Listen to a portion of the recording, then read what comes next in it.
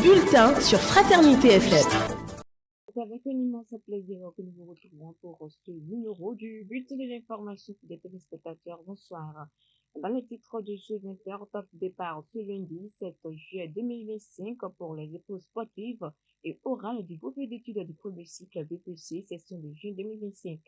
Sur toutes les communes du territoire national, les candidats admissibles planchent pour les différentes épreuves. Le constat de la rédaction sur le démarrage effectif de cette phase assure dans le bulletin de l'information. Pendant ce temps, à Parakou, la ville fait face à une crise silencieuse en cette saison pluvieuse. L'effondrement progressif de certaines routes et ouvrages de franchissement. Une équipe de la rédaction est également allée faire le tour au quartier Peroguera. Vous aurez les précisions dans le bulletin de l'information. Au menu également de ce 20h, les informations internationales et sportives. Voilà pour le sommaire. Détail de une fois et de suivant. La ville de Parakou fait face à une crise silencieuse. L'effondrement progressif de certaines routes et ouvrages de franchissement. À chaque saison pluvieuse, des milliers d'habitants bravent le danger pour traverser les infrastructures délabrées, fissurées ou complètement détruites. Cette année encore, la situation ne s'est pas améliorée. Les populations dénoncent le silence des autorités locales accusées d'avoir fait des promesses restées sans faute.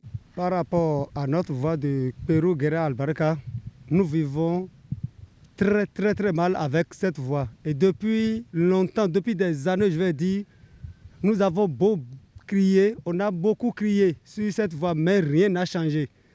Si ce n'est pas qu'on ne va pas laisser les hommes de presse, vous qui êtes devant moi, ne pas vous parler, je ne voudrais même pas parler par rapport à cette voie, puisque nos grands frères, nos papas, beaucoup ont groyé sur les différentes radios, les différentes chaînes de radio de Parakou ici, à ZK FM, Fraternité, à travers ce qu'ils ont vécu ici ou bien ce qu'ils ont traversé comme difficulté. D'autres se sont vus dans l'eau, leur portable emporté, d'autres ont perdu des dents, je vais dire, ce n'est pas une dent, deux dents. Ici, on a perdu des enfants, des frères ici, mais malgré tous ces cris n'ont abouti à rien.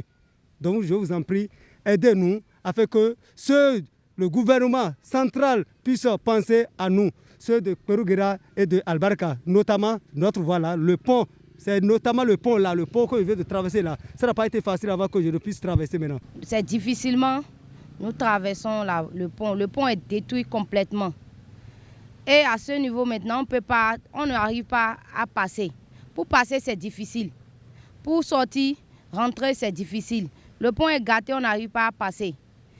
On arrive des cas de vol parce que le temps de prendre de traverser, on peut te voler facilement. Le pont est dégradé, vous-même vous pouvez le constater. C'est gâté complètement. L'eau a tout emporté. Il n'y a pas de place pour passer, c'est difficilement. Même les grandes personnes âgées pour traverser, c'est difficile. Donc on est en train de solliciter que les gens puissent nous aider. Les autorités n'ont qu'à nous aider à arranger un peu la situation, sinon ce n'est pas du tout bon. Les élèves, bientôt, c'est la rentrée. Pour aller à l'école, maintenant, ce sera encore plus difficile. La pluie empêche et le pont est gâté. Donc, ce n'est pas trop cool. Les autorités puissent nous venir en aide. Ça nous fera beaucoup plaisir.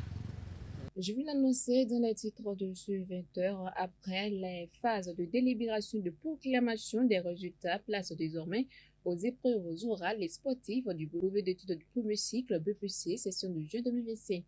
Depuis ce lundi matin, les candidats admissibles sont évalués dans diverses disciplines. Au centre du lycée Mathieu Bouquet de Parakou, ils sont au total 1602 candidats à affronter les examinateurs. Ambiance, organisation et impression, Akilas Tako est allé faire le constat. Voici son reportage. Lycée Mathieu Bouquet de Parakou ce lundi matin. Les candidats admis à la phase écrite de l'examen du brevet études premier cycle BPC planchent pour les épreuves orales et sportives. Ils sont évalués dans diverses disciplines. Jean Alassane, conseiller pédagogique en EPS et examinateur. Cette année, au lycée Mathieu Bouquet, les activités ont démarré conformément au calendrier, bien sûr, à 7 heures. Et cette année, on évalue nos apprenants sur 3 disciplines comme d'habitude. Les disciplines, on choisit, la première discipline plutôt, c'est le saut en hauteur. La deuxième discipline, la gymnastique. La troisième discipline, le lancer de poids. Vous savez que le l'EPS se déroule au même moment que l'oral anglais. Donc nous avons divisé l'équipe en deux, et le groupe en deux, que nous devons prendre en deux. Une partie est en ce moment en train de faire de l'anglais de l'autre côté et une partie en train de faire l'EPS. Donc par rapport à ceux qui sont venus, ceux qu'on attendait à l'EPS, la grande majorité est là. Cette phase de l'examen du BPC va durer 2 jours et les dispositions sont prises pour son bon déroulement, rassure le CP Jean Alassane. Nous avons 2 jours, nous les attendons aujourd'hui et demain. Pour cas d'absence, pas beaucoup d'abord, puisque nous sommes d'abord à la première journée, nous sommes au matin. Nous travaillons d'abord avec tous les candidats qui ont composé au lycée Mathieu Bouquet en ce moment sur le terrain. Donc à ce niveau, lorsqu'on vient de faire le point, on n'a pas beaucoup d'absents.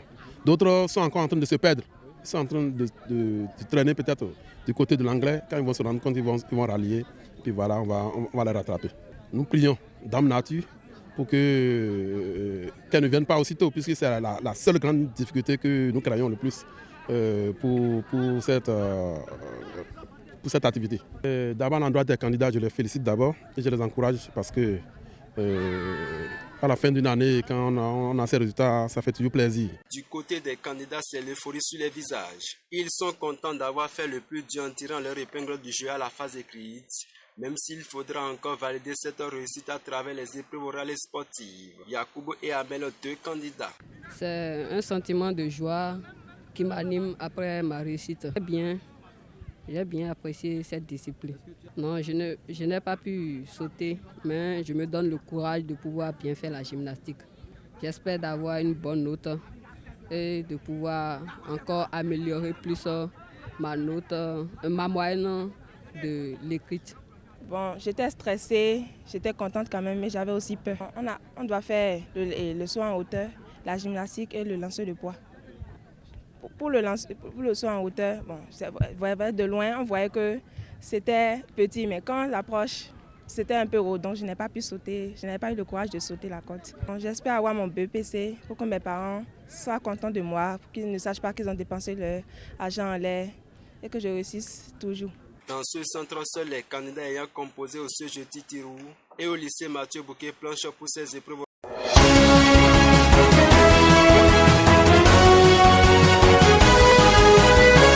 En RDC, la capitale du pays, Kinshasa, est durement frappée par une épidémie de choléra qui inquiète. Plus de 700 décès ont été enregistrés dans le pays depuis janvier, une trentaine à Kinshasa. Selon le compte rendu de la réunion gouvernementale, Félix Tshisekedi a aussi ordonné la désinfection systématique des points d'eau, des marchés, des écoles et autres lieux de forte fréquentation. Dans la ville qui fait régulièrement face à cette maladie, les autorités annoncent le renforcement de la surveillance épidémiologique, du dépistage communautaire et de la communication massive de proximité. Au Gabon, le président de la République gabonaise, Brice Oligui Nguema, qui est élu en tant que candidat indépendant à la présidentielle de 2025, dispose désormais d'un parti politique. Il s'agit de l'Union démocratique des bâtisseurs, un parti présenté comme un instrument pour mobiliser toute la nation gabonaise autour des valeurs d'inclusivité, de développement et de félicité partagées.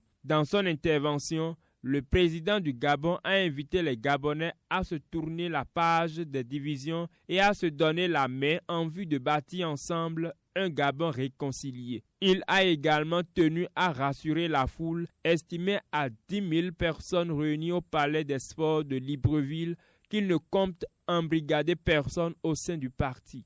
C'était l'actualité internationale présentée ce soir par Anissé Dimadia du Centre de formation Sepima de Radio Fraternité. À présent, on retrouve Jacques Bébé pour les nouvelles sportives.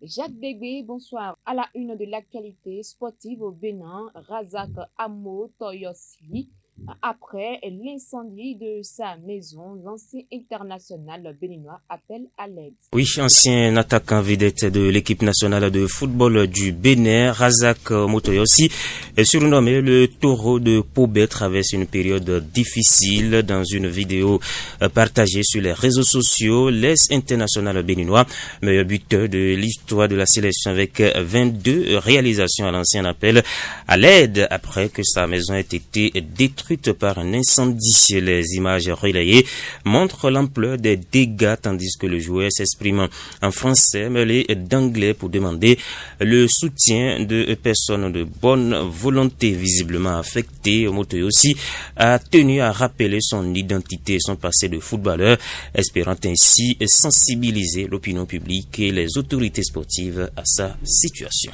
Fédération béninoise de tennis, Jean-Claude Talon, candidat à sa propre succession. Le processus de renouvellement du comité exécutif de la Fédération béninoise de tennis FBT suit son cours à l'issue de la phase de dépouillement des dossiers de candidature.